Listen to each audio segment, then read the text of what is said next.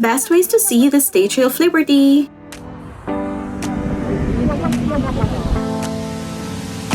Join us in these 3 activities that will help us get closer to the Statue of Liberty, enlightening the world.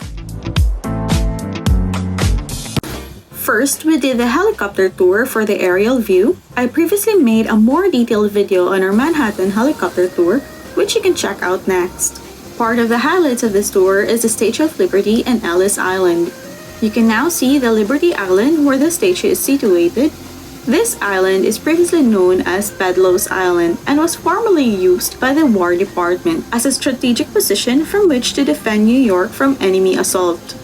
Thus, the Starship structure is actually a massive stone fort that was constructed over 50 years before the idea of a monument was conceived.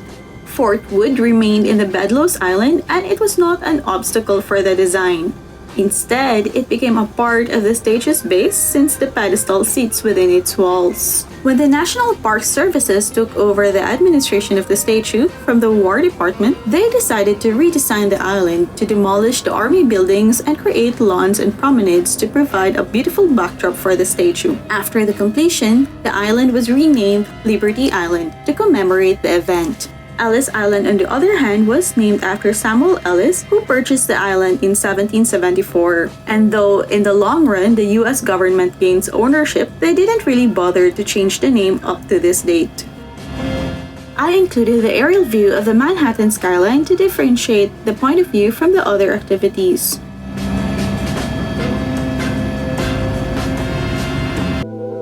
Second, we did the Clipper City sail. Clipper City departs from Pier 17 at the south end of the Battery Park. The mighty Clipper City is the largest tall ship in New York City. This 158-long tall ship replica schooner can accommodate up to 149 people and is perfect for families and friends.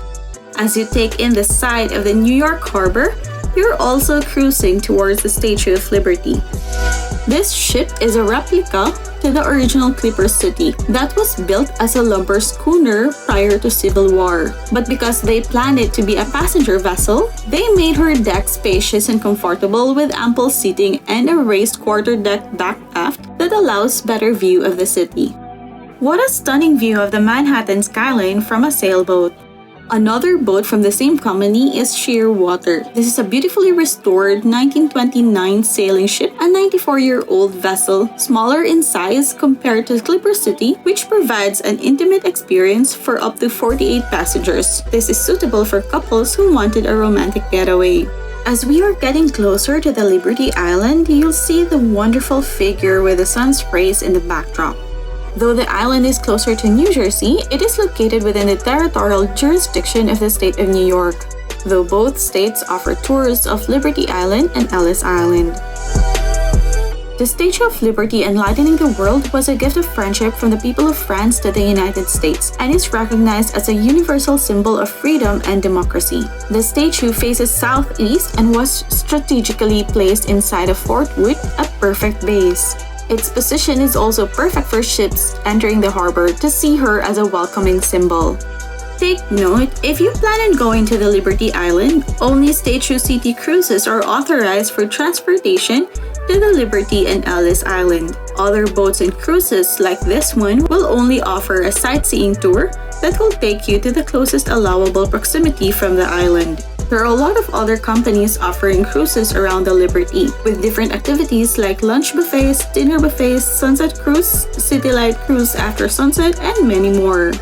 We chose Clipper City for an epic experience for an authentic old-world venue. It has a full-service bar for refreshments, though you're also allowed to bring your own snacks and drinks aboard the ship.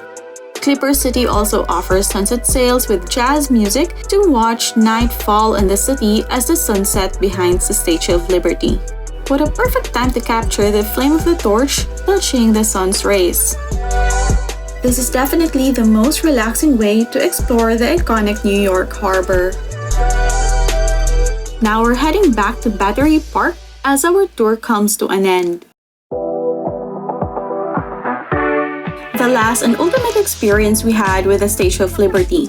We booked a guided tour to the Liberty Island with Pedestal access and Ellis Island. She guided us on what to do first to avoid the crowd so we can get a better view of the site. Upon arrival to the island, we went directly to the Pedestal, passed through airport-style security screening, and climbed up to 215 steps or approximately 10 stories to the top of the Pedestal. There is a separate staircase for going up and for going down for safety reasons and avoiding traffic congestion inside the Pedestal. There is an elevator for those who cannot use the stairs. If you have a ticket to the ground, that's gonna be another 162 stairs to climb with no elevator service. But it's definitely a rewarding activity. There's no more ticket to the crown during our visit, so we settled for the Pedestal access. Look at the Tri-City view from the Pedestal: Jersey City, Manhattan in the middle, and Brooklyn.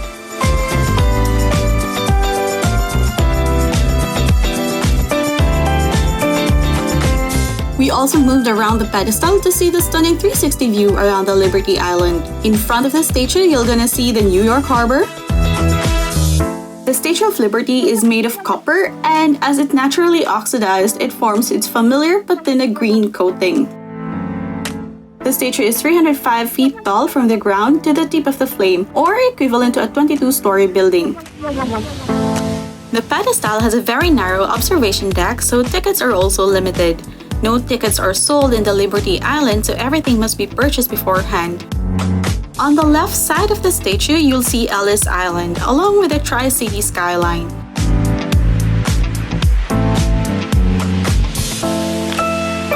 We moved further around, and at the back portion, you'll see the Statue of Liberty Museum.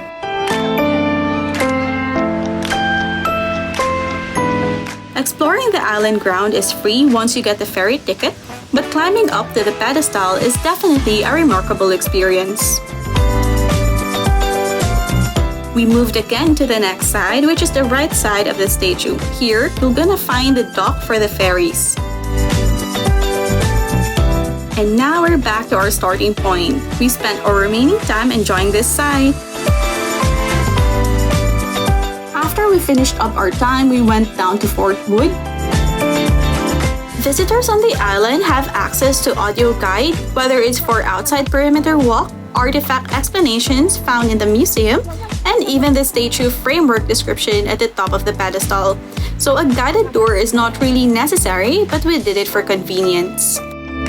The statue is a gift of friendship from the people of France. They funded the statue, but the Americans were the one who funded the pedestal. The torch is a symbol of enlightenment. The current replacement torch, added in 1986, is a copper flame covered in 24-karat gold. It is reflective of the sun's rays in the daytime and lighted by 16 floodlights at night.